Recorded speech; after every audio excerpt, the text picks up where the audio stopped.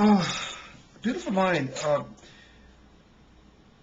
It's not a movie about me, or I'm not taking credit for that movie, but I tell you what, there's a lot of comparisons to John Nash and I than I originally thought. Um, this guy got a Nobel Prize. In the movie, you'll see, basically, the individual, the reason this idea behind this Nobel Prize is the individual were pretty much very individualistic. And yet if it works best to work as a group, to benefit the individual the best, then that's when you do it. In the movie, he sees there's 5 girls, and one of them's hot, and he wants one. He says, but in order to get the one, you got to make the group of ladies happy, and then you can get to her. In other words, you can't go in. This is what I have a problem. I have a problem going up to 4 ladies and trying to get single out one. It is difficult. You have to somehow make them, all 4 of them, happy. So that almost the pickup line is, hey, listen, ladies, can I do you all? You know, so that's like, if that was even feasibly possible, you have to somehow. He's got a point when it comes to the women. That okay, the idea is, so in order to fix the problem in the movie, find a guy for each of the ladies, and then she is going to be happy. And then, to benefit the individual the best, it worked out as long as you behave as a group. So see,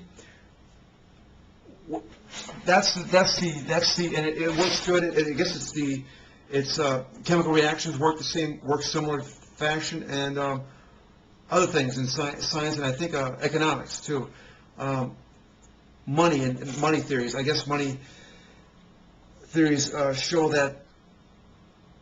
Well, I mean, take for instance, a company. You hire people because it works best to get a bunch of people working together, and then you profit the most. See, one guy, self-employed like myself, evidently the theory is that it would be better for my business if I could gather 10 people to help me. I would get 100 times growth for hiring 10 times people versus, say, 10 times the growth. And in other words, everybody makes out because you work as a group. That's kind of the economics way of it. It's basically the way the free market works. I'm just taking a stab at this.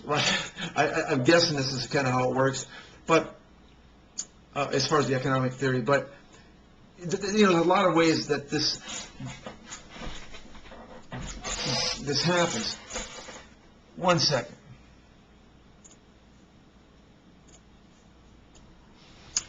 Anyways, it didn't really dawn on me what John Nash and this theory was about until I saw this British documentary called F You Buddy, and literally the F word, F You Buddy, that's the name of it, yep. It's a 3-part series. The first hour is when I really paid attention to, because they talk about John Nash, and they talk about this idea in which we are really self-centered, that that's all we care about is ourselves, and we could give a crap about anybody else. And yet, the way we have laws, the way we have things set up, like the way we have, and yet, it's fascinating. The idea is that I guess we're really self-centered, and yet we behave as a group because it benefits us as an individual the best to behave as a group. So, one second. In other words, one second. It's complicated. One second. So let's think of something on a group aspect. Let's think of the government. The government, if we are self-centered, if we are self-centered, and how in the world do we have a government? Well, the idea is that we need laws to protect, we need laws set up as a group, which looks like a group effort to help out individuals so that it looks good on other people. For instance, politicians, they look good when they pass a law or something. And yet, he's trying to look good. He's self-centered and trying to look good. He passes a group effort, a group law to benefit some, whatever, handicap or whatever. It's, I'm not sure I'm getting this out right. The goal is to benefit the individual. And this FU Buddy documentary really picks on politicians because their sole effort is to fix their pocketbooks and do whatever they can to make themselves look good and financially and in the public light. They really pick on them. That's why I talk about them a little bit. But there's so many ways this works, in which. But one thing that makes me wonder is how in the world do we raise kids if we're so self-centered?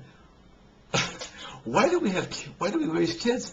Why do we put a lot of effort into raising our kids if we're so centered? Just let them raise themselves, right? I think there's a genetic link in there somewhere where we want to pass on our genes, and there's this sort of a guiding thing that makes us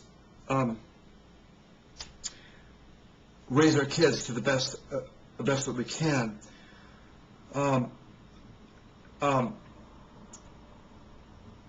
One second.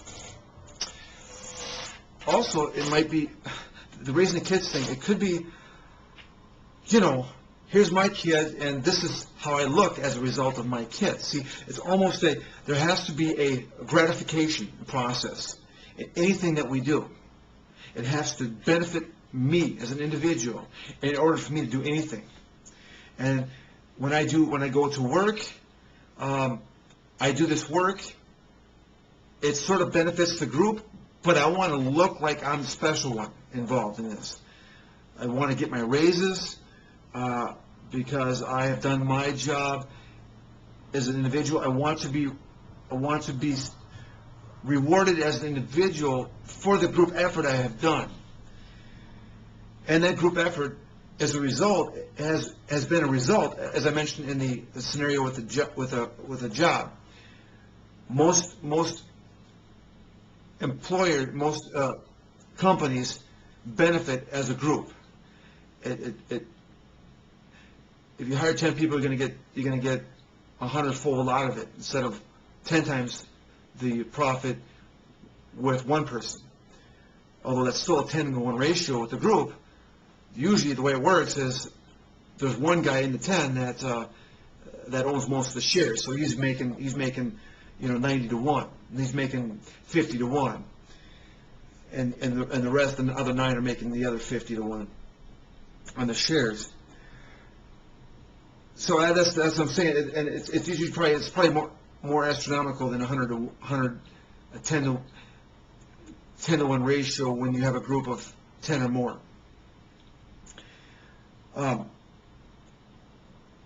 So we understand that we're working as a group, but it's always to benefit the individual, and it's complicated. I'm sorry that if I'm not getting this out quite what's the word? Fluidic. But the topic is almost as bizarre to talk about as the theorem in which John Nash founded. And it's almost like when God saw him coming to this realization, it is almost as though he disabled him with mental illness as a result of unveiling one of the tricks of the game of life. He unveiled a magic trick in the game of life. And that is, the masquerade is that. We are really self-centered, and yet we play it off as though we care about others. And that sounds, I don't mean to make a blanket statement that we don't care about others, because I know that we do. But it appears as though if you do care for yourself the most and pay attention to yourself and don't give to others, that you benefit the most in this world. I'm guessing most millionaires fit this profile. It is almost as though John Nash unveiled something that God did not want to reveal. And that is, as a result, he penalized him. He almost turned him into a savant. He almost is a savant, maybe, in some sense. A genius. And it's almost like, whoa, you have revealed something. Bad boy, we're gonna disable you. We're gonna mess you up. And we're gonna cripple you mentally ill for, I guess, 20 years. 20 years it took him to get employed again. Now, either God crippled him like a savant, or he was discriminated like I am from getting a job at the school, at the universities. I'm not sure. We're very similar stories. I wouldn't doubt. I wouldn't put it beside the universities to not hire this guy because he's a freak like me. But maybe he was doing some weird stuff. I don't know. He may have been crippled like a savant. But I have seen what people do to the mentally ill. And if they hid that in the movie, if that was true, I mean, if they hid that in the movie, that's damn near a crime. To hide if he was discriminated and just simply shunned out because he's for I guess 20 years. It took me 6 months to shake it off and shut the hell up because I was going to get fired if I didn't shut up. About a year to really fully gather myself. But 6 months, when I was threatened with my job, I shut up at GE. He's a smart man, and it's hard to believe that he couldn't get control. That he was thinking, that he has voices in his head that he's thinking that people are out to get him. It's paranoid schizophrenia or something. I mean, I guess I was paranoid too that people are trying to kill me, but I just simply defended myself. I mean, just simply dealt with it. It took me 6 months to like I said, as soon as somebody shut me up, I was pretty much got control of it.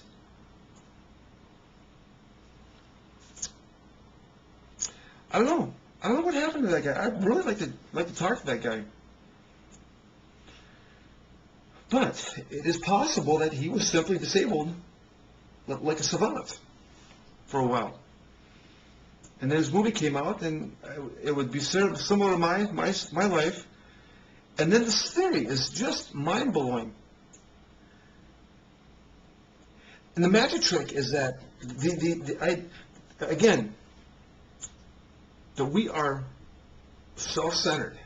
You got to see this F You Buddy, the British documentary.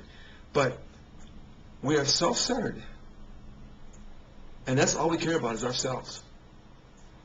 And yet somehow we look like a team, only because it benefits us as the individual to act as that team, even though we're looking for all the special attention in conducting ourselves in that team. I've met some people who,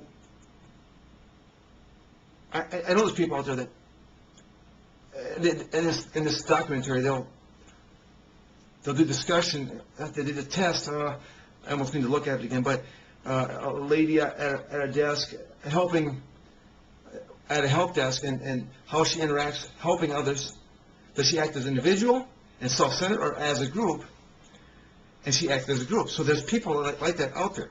In other words, they're not self-centered. Okay, so I know this isn't a blanket statement, but the idea in which you get ahead the most, if you behave that way, that might be the unveiling of this sort of a magic trick that God did not want to unveil, and penalized John Nash for it. That is the trick. That is the magic trick. In other words, pretend that you care, and yet don't, and only spend your money on yourself and like your family, and the fewest possible. Don't give to charities. Pretend you give to charities. Make it look like you give to charities, and you will be at the top. Pretend to be a good person, even though you're not. And that is the trick. That is the masquerade, the mask that John Nash revealed. I think. I have found that the people that, like, I'm pretty caring. And that's why I'm at the bottom of the totem pole. I found a lot of caring people are not well off.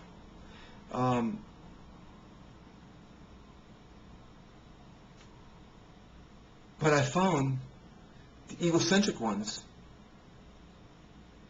who are the penny pinchers and don't give away their money,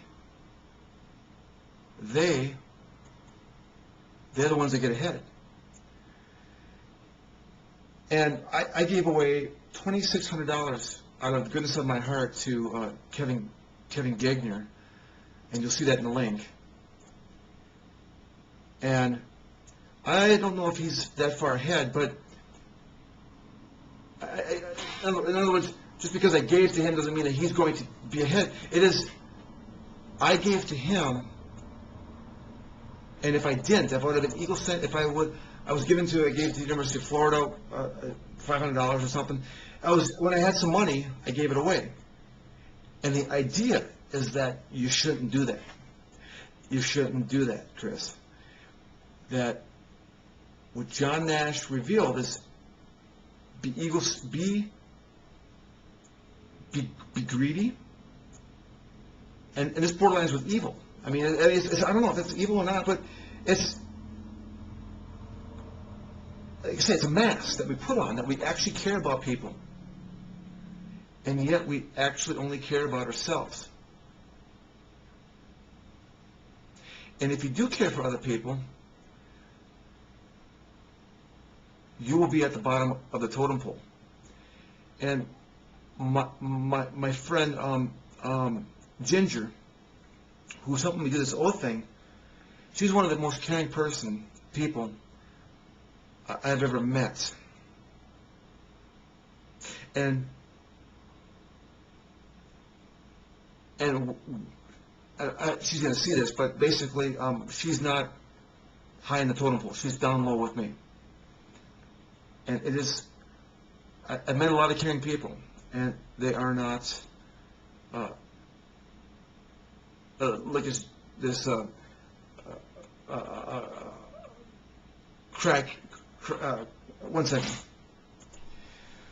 I'll point out one person that sort of beat the system, and that would be Rosie O'Donnell.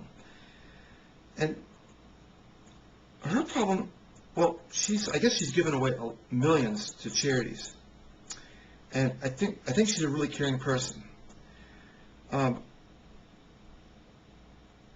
It seems like she tends to say things that aren't politically correct. I think she has trouble.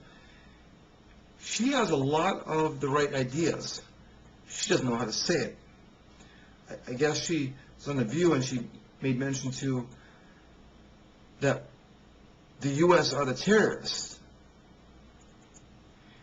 and that spun off. That's a PR nightmare. What she should have said is, we look like the bad guy over in a foreign country. We look like we're invading somebody. See, there's ways of saying it right for the same idea. I'm not sure that's related to. One second. Yeah, I'm not sure how that is related quite. It seems like God has to penalize people, put foots in their mouth occasionally. Like John Kerry is just a butthead in a public light. I haven't a clue how he got to be a politician. He just got so rich. I have no clue how that guy got where he's at with the foot and mouth thing that he does. But Rosie O'Donnell, I think she beat the system somehow. She got rich. I don't know exactly the way she ran her businesses and all, but I got a feeling she was pretty generous with how she conducted her business. I just get that feeling. And for some reason, she says she can't quite say things the right way. I don't know why God would make. I don't quite understand that some of this. I'll have to update this clip a little bit when I figure things out. But there's the Bill Gates that are doing philanthropy, and people that do that. Again, there can be a masquerade. People will give to charities as long as they make it known that they're giving. They look good. I mean, saying it's like almost like you can't be a good guy, because if you look like you're a good guy, then you're probably deceptive. See, that's the problem. Is that that is the problem with this. This scenario is that it is the people that are the millionaires that are hiding behind the scenes and keeping a low profile. Those are the guys to watch. Those are the guys that I think are troublemakers. Okay, because they've realized this trick. They realized this mask, and